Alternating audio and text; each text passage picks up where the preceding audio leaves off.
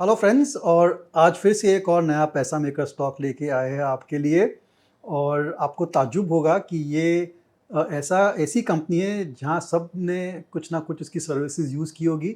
I am talking about InterGlobe aviation, जो Indigo airlines operate करती है। और आप सभी ने इंडिगो इंडिगो फ्लाइट्स ली होगी and you may have had good experiences and bad experiences. पर मैं आपको ये कह सकता हूँ कि ये स्टॉक ऐसा स्टॉक है कि आपको शायद बहुत ही बढ़िया एक्सपीरियंस आ सकती है एंड ट्रूली इट्स अ पैसा मेकर स्टॉक।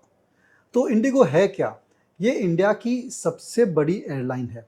60% मार्केट शेयर है इस कंपनी का। मैंने कैसी इतनी ऐसी कौन सी इंडस्ट्री है जहाँ पर प्लेयर के पास 60% मार्केट शेयर होता है? यस, एयरलाइन एविएशन इंडस्ट्री ऐसी इंडस्ट्री है जहाँ पर जो इंडिगो है उनका 60% मार्केट शेयर है। यानी कि every 6 out of 10 flights people are taking flight of Indigo। और नॉट ओनली दैट, ये एक फास्टेस्ट ग्रोइंग एयरलाइन कंपनी है पूरी पूरी दुनिया में। They are growing at the rate of 25-30%।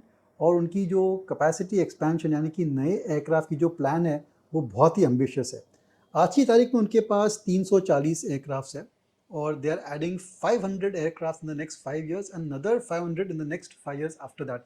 यानी कि 10 साल में they want to target from 340 to 1340 aircrafts, which will make them the largest I think in the entire world। और as of now थोड़े उनके airlines about 40 are grounded because of engine issues। पर ये भी जैसे जैसे चालू हो जाएंगे I think it will be able to increase the volume of traffic। अभी इनकी जो है पैन इंडिया प्रेजेंस है। 86 डेस्टिनेशंस डोमेस्टिक में वो ट्रैवल करती है and they have got 33 destinations overseas. और इंडिया में क्या हो रहा है कि हर 2-3 साल में नए नए एयरपोर्ट्स आ रहे हैं, जैसे कि अयोध्या। अयोध्या का नया एयरपोर्ट आ गया है and IndiGo is amongst the first airlines to fly to Ayodhya.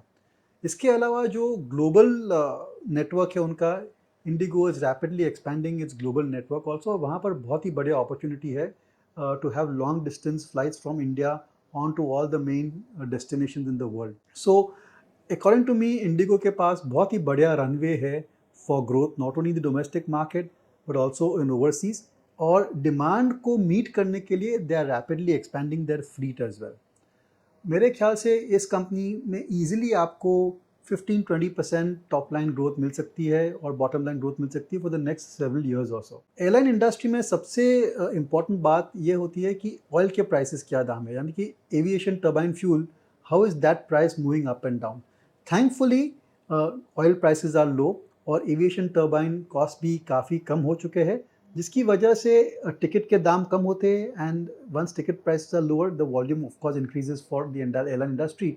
और जो एयरलाइन इंडस्ट्री की पूरी इकोनॉमिक्स रहती है या उनकी जो प्रॉफिट की डायनामिक्स रहती है, दैट इम्प्रूव सिग्निफिकेंटली जब ऑयल प्राइसेस डाउन रहते हैं। तो I think that because we have low oil prices just now, profitability इस कंपनी की बहुत ही बढ़िया रहेगी for the next several years also. मेरे ख्याल से जो ट्रैवल एंड टूरिज्म बिजनेस है, इंडस्ट्री है, that has got a very bright future. उसका कारण यह है कि Indians are travelling more and मोर।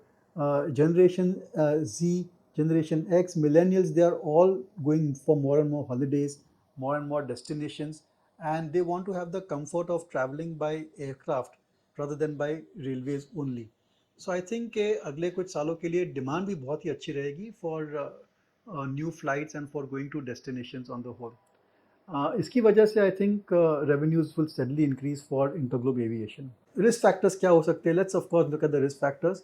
एक रिस्क फैक्टर ये है कि कोई भी जियोपॉलिटिकल इवेंट आ जाती है एंड ट्रैवल पर असर पड़ता है, कोई टेररिस्ट एक्टिविटी होती है, then of course travel certainly gets subdued for a few months. तो फ्लाइट्स कैंसिलेशन आ सकती है, there could be passenger cancellation, जिसकी वजह से रेवेन्यूज़ पर असर आ सकता है। इसके अलावा there is a arrangement between the two promoters. वहाँ पर एक promoter is trying to offload a large stake. जो गंगवार ग्रुप था उनका 30% स्टेक था। I think they already sold 6-7% और सो, और बैलेंस भी अगर वो सेल करना चाहती है तो वो स्टॉक मार्केट में आ सकता है, जिसकी वजह से शेयर प्राइस पर थोड़ा नेगेटिव असर आ सकता है। But that is I think not a major risk factor at all. And why I think ये पैसा मेकर स्टॉक इसलिए है क्योंकि उसका फ्यूचर बहुत ही बढ़िया है। ये जो एयरलाइन इंडस्ट्री है ना, ये बहुत ही डिफ़िकल्ट इंडस्ट्री है। यहाँ पर people can not enter easily and create a profitable business.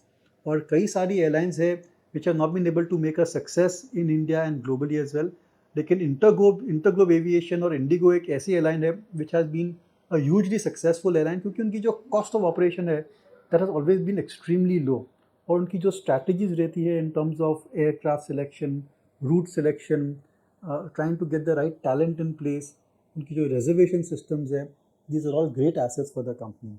So in my opinion मेरे ख्याल से ये एक पैसा मेकर स्टॉक एक बहुत ही बढ़िया इन्वेस्टमेंट अपॉर्चुनिटी है. This is just my opinion, एक रिकमेंडेशन नहीं है. आप अपना खुद का स्टडी करके आप इस शेयर को इवैल्यूएट कर सकते हैं. Thank you very much. This podcast is produced by Elixir Equities Private Limited, a SEBI registered research analyst. Registration number INA 0000004787. The information provided in this podcast is for educational and informational purposes only and should not be considered as investment advice. Investment in securities market are subject to market risk. We strongly advise all investors to read all related documents carefully before investing.